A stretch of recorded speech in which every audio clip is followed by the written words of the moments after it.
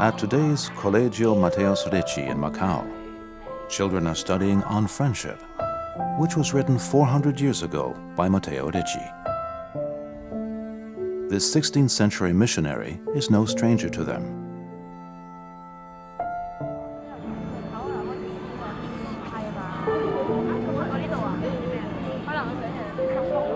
The school's rooftop terrace happens to face Macau's leading landmark, the ruins of St. Paul's, which bears witness to Western civilization's entry to China.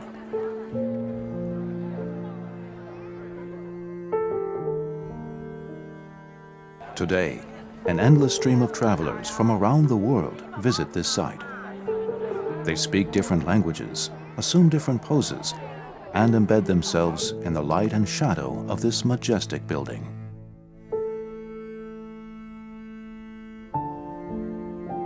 The Sanba Grand Archway is part of the remaining facade of St. Paul's Church. Sanba is the Cantonese transliteration of St. Paul. This church underwent many adversities and was finally destroyed in a major fire in 1835. É interessante verificar na fachada que há uma pedagogia para a fé, que é próprio muito da Europa, mas claramente aplicado ao Oriente. E se podem verificar nos níveis da fachada, há uma dimensão muito humana através das portas. Macau, this peninsula outside the mouth of the Pearl River, was Mateo Ricci's first stop on his way into China. When he arrived in Macau in 1582, where he participated in the design and construction of St. Paul's College, he set up a statue of his revered St. Francis Xavier at the top of St. Paul's Church. Government officials were corrupt during the waning years of the Ming Dynasty. In 1535, when the Portuguese arrived in Macau, they had to resort to bribery to win permission to establish a settlement.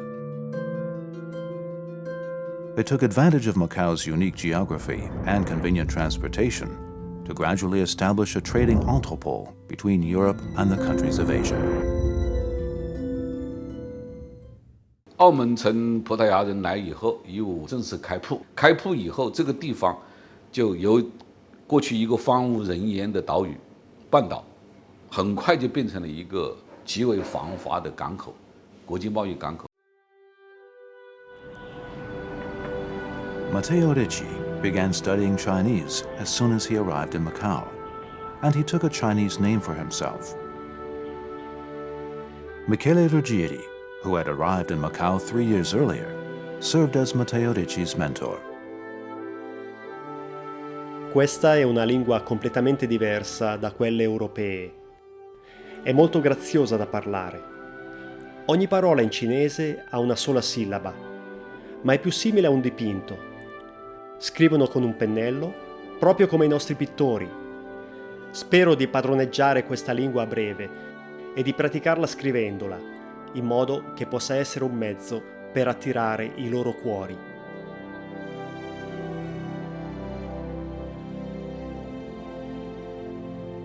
In 2018, we found a letter written by Mateo Ricci to the Superior General of the Society of Jesus in the Jesuit archives in Rome. With the letter, Ricci attached some insights on physical health Mr. Zhang from Hanyang had written him, and marked the Latin pronunciation of each Chinese character. This was perhaps the first use of phonetics to express the Chinese language, making Mateo Ricci the first person to phoneticize Chinese, or pinyin.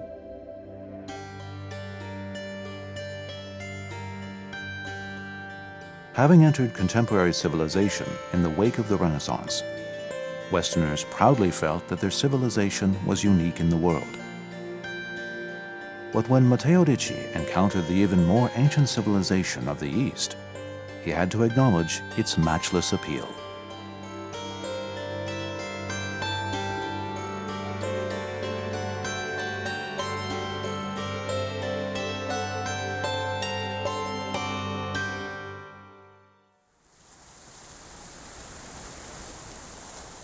In 1582, Macau was still a remote place inhabited by all kinds of barbarians in the eyes of the Ming dynasty. One day in May, to understand the situation, Chen Rui, the Governor-General of Guangdong and Guangxi, required the Bishop of Macau to travel to Zhaoqing. Ever since local officials had unofficially permitted the Portuguese to settle in Macau, Governor-General Chen had been completely unaware of the situation there. Since he was uncertain of Chen's intentions, the Portuguese Bishop of Macau did not dare to personally visit him. When the Jesuits' Inspector General for the Orient, Alessandro Valignano, heard this news, he felt it was an excellent chance to enter China and asked Michele Ruggieri, who was then in Macau, to go on behalf of the bishop.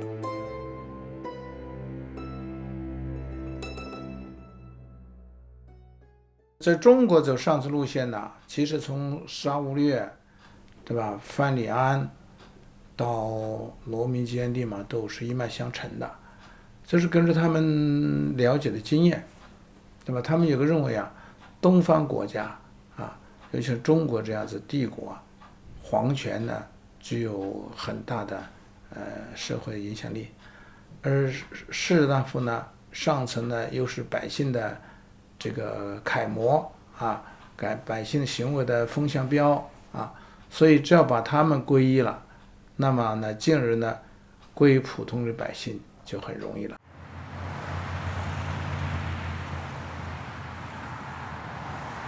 Zhaoqing was one of the birthplaces of southern Chinese culture and had become the political, economic, and cultural center of South China since the office of the Governor-General of Guangdong and Guangxi had been moved here in the mid-1500s.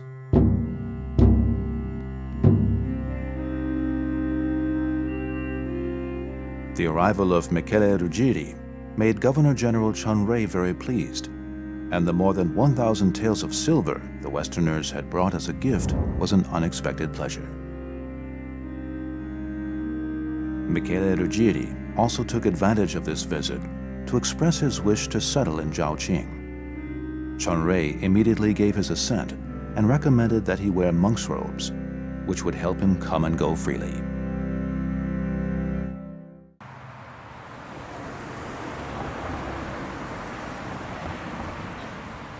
At the time when Mateo Ricci arrived in Macau from Goa, Chen Rui was asking Michele Ruggieri for a further batch of gifts. Chen urgently wished to acquire a striking clock and promised that he would immediately issue a formal document permitting the Jesuits to settle in Zhaoqing as soon as he received this gift.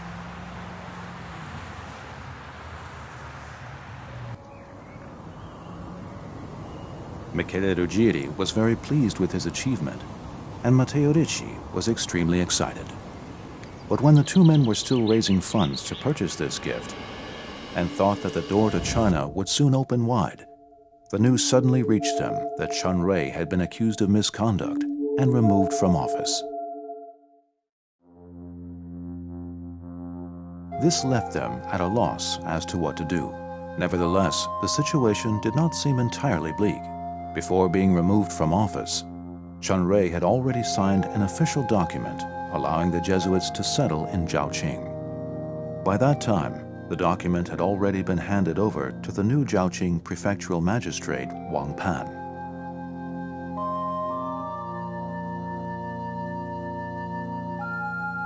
Wang Pan was a pious Buddhist and thought that the Jesuits were Indian Buddhist monks who wanted to settle in Zhaoqing, so he unexpectedly agreed to their request.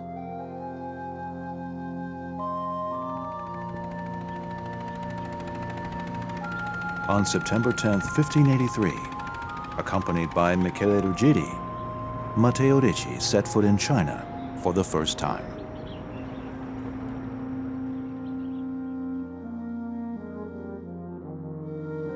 As far as the Jesuits were concerned, this was an unexpected miracle.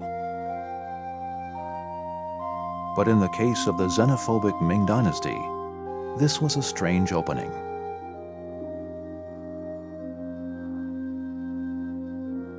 In the eyes of history, that day was considered the start of the introduction of Catholicism in China.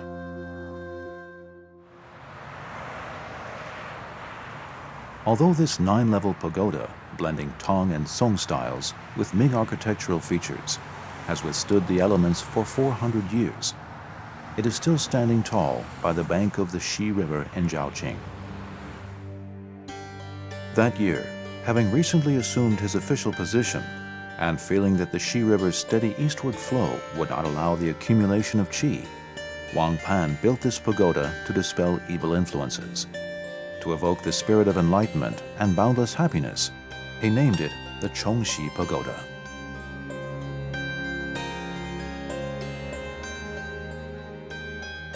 Wang Pan brought Michele Ruggieri and Mateo Ricci to see the pagoda worksite and agreed to let them build a church next to the pagoda.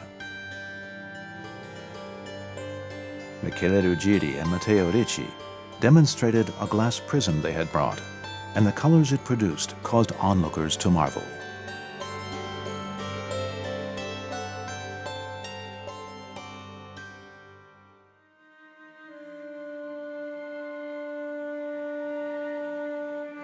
Since the Chinese had prized fine jade since ancient times, they mistakenly thought that the sparkling glass prism was some special kind of jade.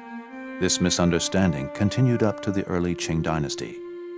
At that time, after the Kangxi Emperor put reading glasses given by missionaries on his nose, he required the imperial household department to gain a better understanding of the nature of glass. Half a century after Galileo produced his astronomical telescopes, the Qing court's imperial household department hired Western craftsmen to make snuff bottles for the imperial family and nobility.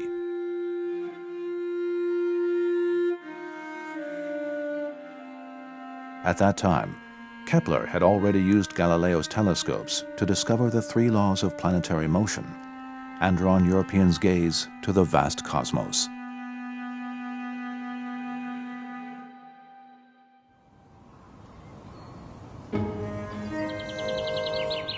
At the end of 1585, the small 2-story building had been completed. Wang Pan sent men to bring 2 inscribed tablets to congratulate the Jesuits on the building's completion. One tablet was written by Wang himself and said Xianhua Temple.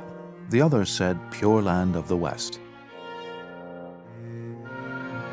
Today, this earliest Catholic church in China no longer exists.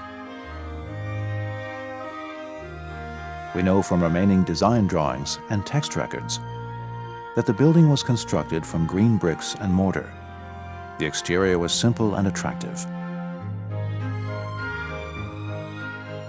The main hall on the first floor contained an altar and an image of the Savior. Michele Ruggieri and Mateo Ricci called this building the Pure Hall of the Holy Child. 他们这边呢盖了一个小神堂，在这个小的神堂里面呢，他们挂一个圣母玛利亚抱小耶稣这样的这个画像啊。然后呢，很多的这个老百姓啊，他们看到这个画像，他们认为就是一个送子观音菩萨。 Not long after the completion of the Xianhua Temple, Wang Pan was promoted from prefectural magistrate to Lingxi governor. And after many years with no son, his wife gave birth to twin sons. Wang Pan believed that this was because of the Buddhist merit he had acquired by helping the Indian monks. After the news got out that Xianhua Temple was an active place of worship, pious visitors came to pray before the image of the child-sending Guanyin, which was quite unexpected to the Jesuits Michele Ruggieri and Mateo Ricci.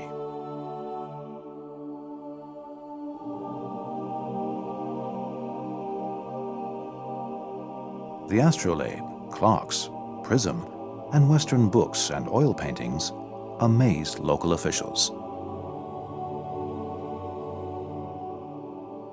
Mateo Ricci was aware that the knowledge he had acquired as a Jesuit over the course of 14 years might have a profound influence on his future fate. But the most important task at hand was for the Jesuits to quickly make themselves a part of local society. Tanto Mateo Ricci como sus compañeros han tenido una gran escucha, atención, paciencia, estudio profundo de la cultura china, tanto de su manifestación, de su conducta, como de sus deseos. Él sabía lo que querían los chinos, lo que estaban buscando los chinos desde muchos punto de vista cultural, científico, de conocimientos.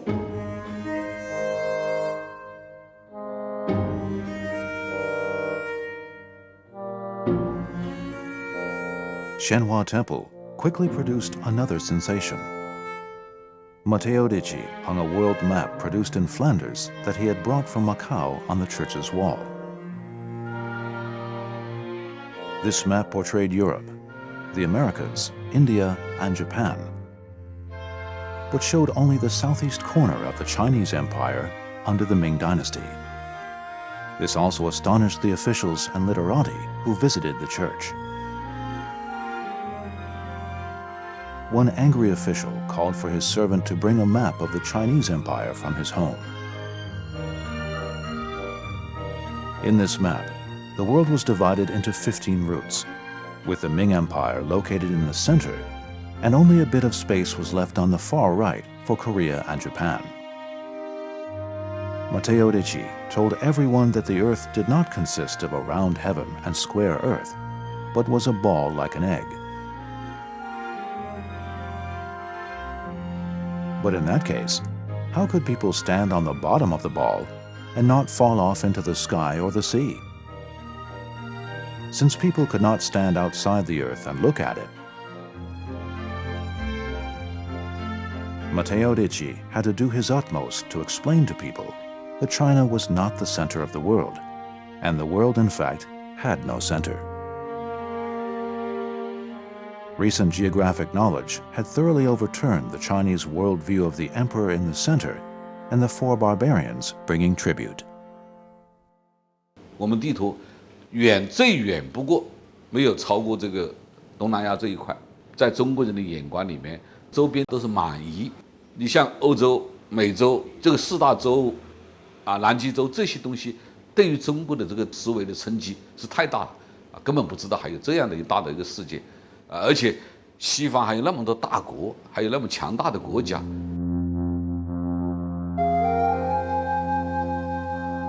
Thanks to Mateo Ricci's influence, Wang Pan's thinking began changing. And he had Ricci translate his map and mark Chinese names on all places.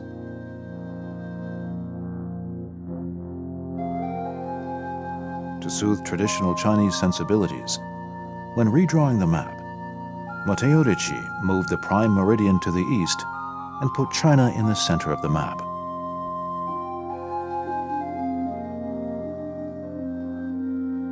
The extremely pleased Wang Pan added his own name to the map and had craftsmen paint copies that he gave to friends and relatives.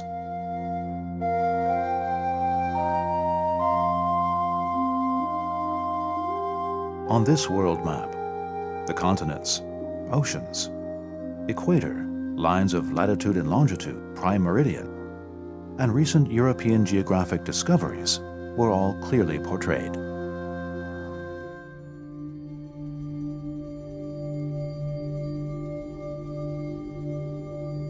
"400 years later, the basic format of Mateo Ricci's world map is still being reproduced in world maps made in China.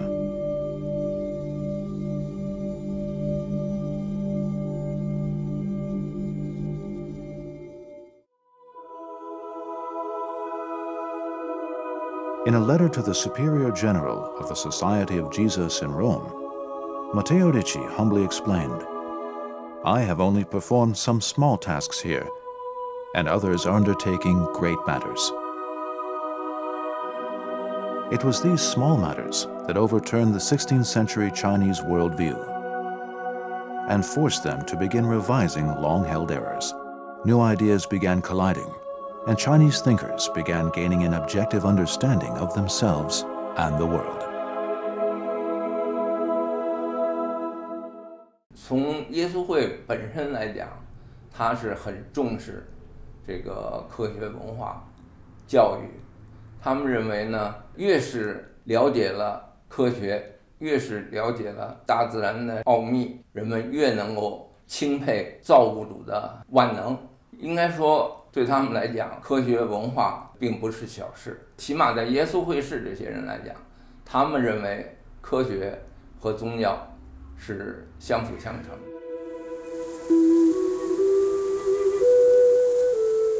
At the end of 1588, Michele Ricci was ordered to return to Europe to organize a delegation from the Pope to China.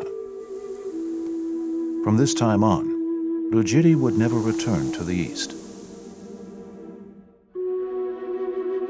Not long after Michele Ruggieri's departure, the new Governor-General of Guangdong and Guangxi, Liu Jiwan, ordered Mateo Ricci and Antonio Almeida expelled from Zhaoqing and gave them 3 days to return to Macau. Mateo Ricci argued vigorously against this order, and Liu Jiwan agreed they could leave Zhaoqing and relocate to the more remote Shaozhou. 一种说法呢，刘继文想霸占他们的这个灰岸，修建新池；另外一种说法呢，说这些传教士他们会一种黄白之术，能够把别东西变成白银。说刘继文呢也相信这个事情，就是想让这些传教士教会他们，但是对于这些传教士来说，只能保持沉默。还有专家的说法呢，就是作为那个当时的两广总督的所在地的肇庆留住这个外国人，他们认为在安全上那不太妥当。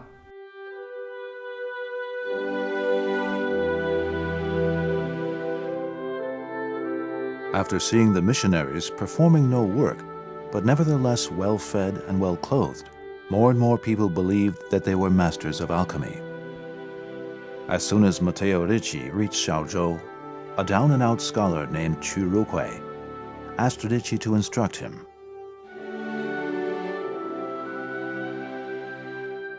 Mateo Ricci accepted this intelligent student, but did not teach him alchemy, and instead taught him Western technology and knowledge. Unexpectedly, these novel ideas induced great interest in Chu Ruhui. Mateo Ricci taught Chu judiciously in accordance with circumstances, and had Chu Ruhui help him translate Euclid's Elements of Geometry. La matematica europea è più semplice e organizzata di quella cinese. I cinesi contano nel pallottoliere, che viene usato per indicare i numeri. Sebbene questo metodo sia rigoroso, è soggetto a errori. Chu Ruhui, grazie allo studio dei principi del globo e degli elementi di Euclide, fino al disegno delle meridiane, ha imparato cose nuove che rendono i cinesi perplessi. E dove lui si reca, la scienza e la fede europea sono ora l'oggetto del suo discorso.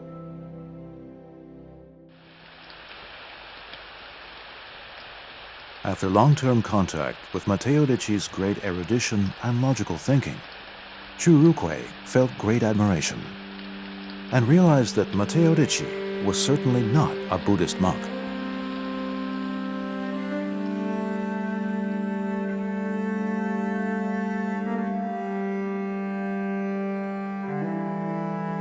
For the New Year's holiday of that year, Chu Ruhui invited Mateo Ricci to stay at his home, where he asked that Mateo Ricci take off his monk's robes and put on the dress worn by the Chinese literati.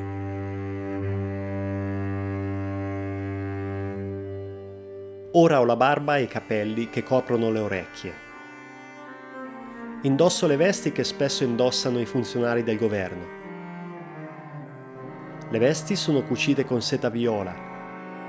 I polsini e il collo sono foderati di seta blu, molto simile allo stile veneziano.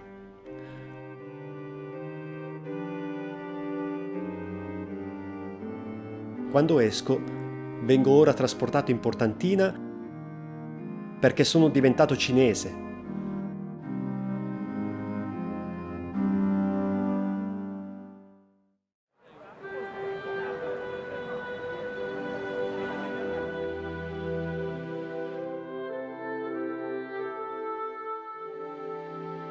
this rare portrait from China of Mateo Ricci, which is now at Jesuit headquarters in Rome, features elegant lines painted with a calligraphic brush. It portrays Ricci wearing the dress of a Confucian scholar, and his appearance is wise and unassuming. This portrait was painted by Master Xu Beihong while taking refuge in Hong Kong during the War of Resistance against Japan. The prominent historian Ma Jian added the praise: a face with Confucian virtue, actions according with propriety, from west to east, bringing wisdom to China. From this time on, Mateo Ricci had an all-new title in Chinese history: a Western Confucian.